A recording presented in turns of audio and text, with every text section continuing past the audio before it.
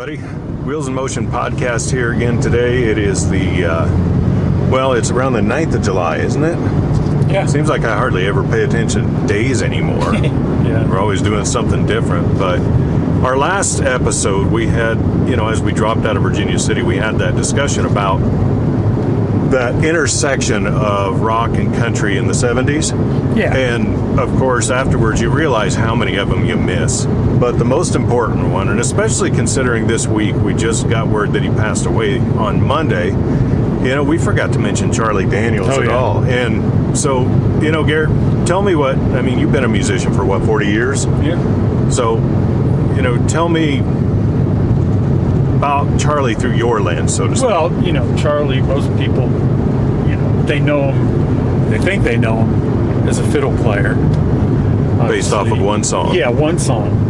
And that's it. Well, during the late 60s and mid to late 60s, he was a very, very good studio musician. Mm-hmm. So he has played with lots of people. He was, played with Bob Dylan in the Nashville Skyline Sessions. That's a great story, too. Played on several of Bob's albums, played and jammed with everybody from members of the Beatles to, again, Bob Dylan, all these. It's amazing. Yeah.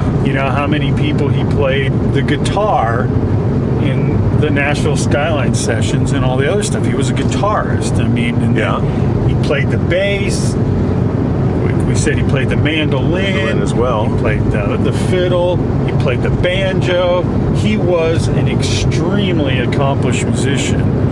Just a fantastic guitar player, fantastic fiddle player, all of the above. He just played everything great. And doesn't read a note of music. Read music. So, he plays. Yeah. He plays by ear. And, he's just one of those kind of staples of country rock music. He's a good singer. Like we talked about, he doesn't take his southernness out of his singing. No, he does not try to mask his accent one bit. No. This is how it comes out of me. Yeah. Basically, you get a very honest performance every single time. Yeah. Whether it's in the studio or whether it's on the stage, you get a really honest performance. Yeah. And he's, again, a good singer. He's a storyteller. He's one of those songwriters that tells stories where all of those songs you can picture in your mind. They're almost like little novels. You can picture what's happening in the song, and it's amazing. Some people have the ability to do that, and he was one that did that. Which is great you mentioned that. One of my favorite albums, we've been listening to it this morning, is called Windows. And each song basically is just that. You're looking through a different window. You're seeing a different story being told. Be nice if we figure out where he was going to go in the first place. Yeah, I'm going to go let's go from the left lane and turn right. Well, it happens. But, back on topic, old Charlie, I just like how unapologetic he is about everything, whether it's from his heritage in the South to his political beliefs. And he's one of the few people who's outspoken politically that doesn't enrage people who disagree with him. I really wish we could take that quality from him and distill it, bottle it, and make sure everybody has some to drink every single morning. Because he was just so beloved. But that doesn't mean you have to have hate and everything.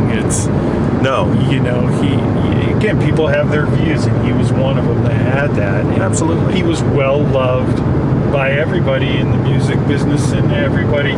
He was a good guy. He was one of those that he was a very good guy. And I watched an interview with him from, I believe it was somewhere around 2017. And he was talking about that first session. He heard that Bob Dylan was coming in. He said, I'm a huge admirer. If I could get one song with him, that's what I'd like. So they put him in there, played his one song, and he started to pack up his guitar. And Bob's like, where are you going? I said, well, I'm only here for one song. They got another guy. And Bob calls the engineer and says, I'm playing with this guy. Yeah. Charlie's staying with me. And then from there, of course, a friendship and 3 other albums. Bob's producer Bob Johnston was a friend of Charlie's basically said, hey, he wants you to play on this. So, and then, where's he going? Don't leave, this guy's good. Yeah, what a vote of confidence, really. Well, and he said throughout all those extra albums and that, it was just musicians playing together. Again, there was no, big stars, no anything. It was just guys getting together in the studio and playing. And you had that. And that, in one of the Guitar World or Guitar Player magazines from just actually a few months ago, there's a big article on that of him playing with Bob and then going to New York and having his friend call him and say, hey, why don't you come down to the studio? We need somebody to play bass for us, And it was Bob Dylan and George Harrison and a few other guys. He said they were just sitting around and he started playing the bass and they were just playing and having a good time. And he talks about being able to meet George Harrison and the Beatles, saying how wonderful of a person he was, how great of a guy he was. And then people thought the same of Charlie. That's what he was, just an unassuming guy. He was just a regular guy that just wanted to play songs. I mentioned in passing earlier that Charlie would have been a great member of the Highwaymen. But when you think about it, he really would have been a good Wilbury too. He could have been a member of just about anything. He was such a good musician that he could play that. And, he has his sound, and he definitely typifies that kind of country, rock, bluesy kind of guitar playing. You hear his guitar licks, and they definitely are a southern country rock. And he was just a fantastic musician, and he will be missed by everybody. Oh, absolutely huge. I mean, I guess the one bit of solace you can take now is he's finally getting the opportunity to meet Duane Allman. Yeah. Said he always wanted to meet Duane and never had the opportunity. So maybe now is the time. Yeah. But Charlie, I don't know. He's just such a part of American life. And I don't care whether you live in the middle of Manhattan or whether you live in the middle of Montana. You've heard Charlie. You know what he sounds like. You know him the second you hear. Like, oh, okay, that's Charlie Daniels Band. Yeah. There's really no questioning it. And definitely a big loss for music right now, because he was still performing right up until the end. Yeah. And there's a lot of those guys, they do that. They work because they love it. And, look at Lemmy. He was still doing Motorhead shows 10 days before he died. And a lot of those guys, they work because they love it, and they just go and go and go and go until they hold the funeral and the retirement party in the same day. To quote Joe Mondello. Look at Les Paul. He was still playing into his mid-90s.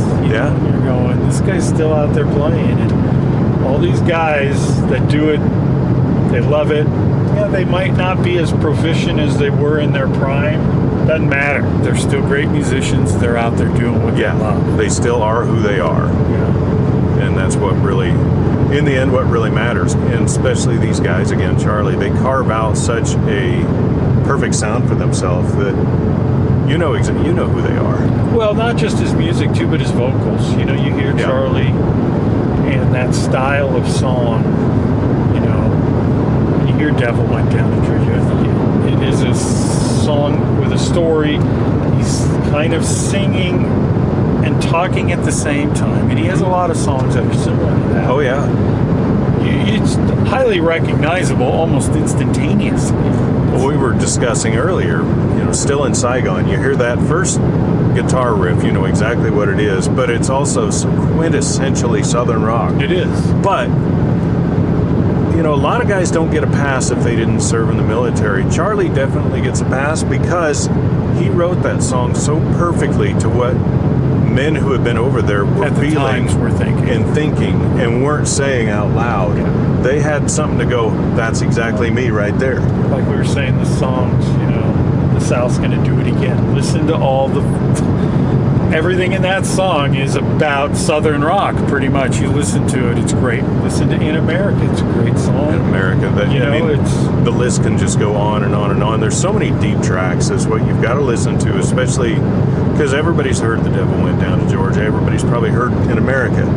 but get into some deep tracks, and that's where you're really going to find some gems in there. Yeah. And go, wow, I did not know these guys played this, or man, this is a great song or a great album. You never know. Yeah, and even if you've only heard Devil Went Down to Georgia, go listen to some other stuff of Charlie's. You'll know that song. It's always worth But expanding your horizons. Go listen to other stuff and listen to how great of a musician he was, how good of a songwriter and a singer he was, and even if that's not your genre, and you know, I don't know anybody that doesn't like Devil Went Down to Georgia. You know, as popular as that song was, it's a huge hit. In fact, I would suspect they've probably never been to the United States before. And yeah, and English again, is how not their first language. late in his career that song became a huge hit for him. Well, everything off of the Urban Cowboy soundtrack was huge.